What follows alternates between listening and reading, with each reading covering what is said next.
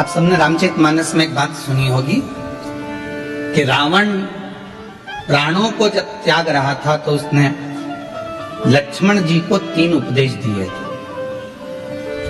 कितने उपदेश दिए हैं? किसने भेजा था लक्ष्मण जी को रावण के पास? भगवान श्री राम। उसका सबसे पहला उपदेश कौन सा था? रावण ने मरने से पहले 3 बातें बोली लक्ष्मण जी के कानों में। और आप सबको मालूम है कि लक्ष्मण जी ज्ञान लेने के लिए जब गए थे तो रावण के सिर के पास जाकर खड़े हो गए थे, तो रावण ने मुंह फेर लिया था, ज्ञान नहीं दिया था। लक्ष्मण जी वापिस आ गए थे राम जी के पास में कि ऐसा रावण है, लोग कहते तब विद्वान है। मैं उसके पास गया तो उसने मुंह फेर लिया।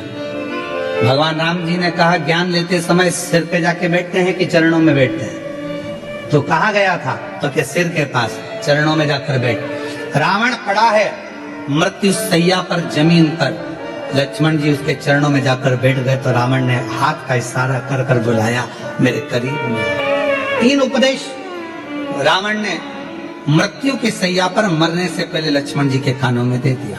पहला, अच्छे कार्य में 1 मिनट की देरी मत करो। लक्ष्मण, यदि कोई अच्छा कार्य हो रहा है और उसमें अगर आपको जाने का मौका मिल जाए तो 50 काम छोड़ दो, सबसे पहले अच्छे काम में पहुंचने का प्रयास।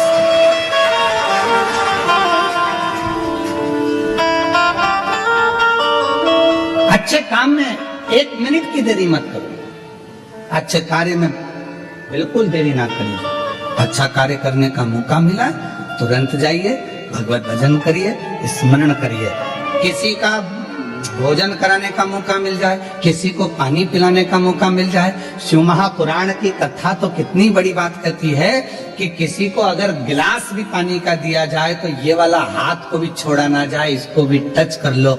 हो सकता है कि हमारा जब शरीर, हो सकता है कि ये जो आधा शरीर है, आधा भाग है मनुष्य का शरीर, जो आधा भाग किसी काम को नहीं कर पाता तो मरने से पहले आधा तन काम करना बंद कर देता है। लोग उसको पैरालिसिस कह देते हैं। आधा शरीर काम नहीं कर रहा। जब भगवत भजन का समय आया, सत्कर्म का समय आया, हम भोजन करा रहे थे, एक हाथ से दे दिया, दूसरा हाथ टच ही नहीं कर पाया। एक हाथ से पानी का गिलास उठा कर दे दिया, पानी भी नहीं पिला पाया। ये आधा अंग किसी काम का नहीं आया। लोगों ने कहा ये लेफ्ट भाग है ना, ये किसी काम का नहीं होता, ये बेकार भाग है। तो कहा इसको अच्छा बनाने के लिए क्या करना पड़ेगा? तो कोई प्यासे को जब पानी पिला रहे हैं तो दोनों हाथों से उस जल के पात्र को दीजिए। यहाँ तक हमारे पूर्वजों में, हमारे पुरखों में ऐसा नियम चलता था। पूर्वजों में अगर कोई पानी पीता था, ऐसे मुख लगाकर पानी पीते थे तो लोटे से पानी देने वाला दोनों हाथों से पानी डालता था और पीने वाला एक हाथ से पीता था। क्यों?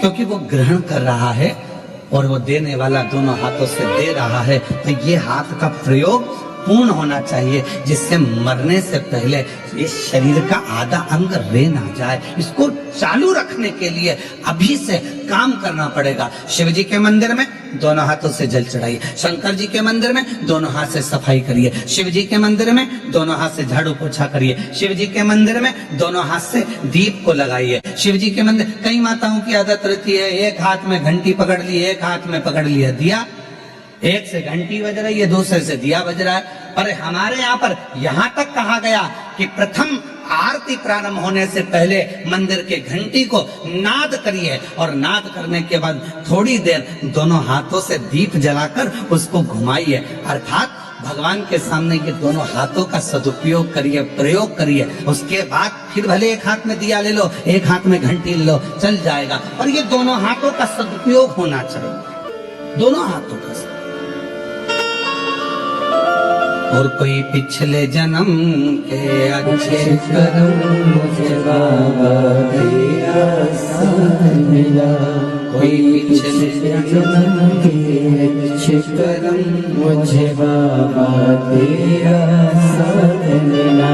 जहाँ सारी दुनिया झुकती है, जहाँ सारी दुनिया झुकती है, मुझे वो आली दरबार मिला, दरबार मिला।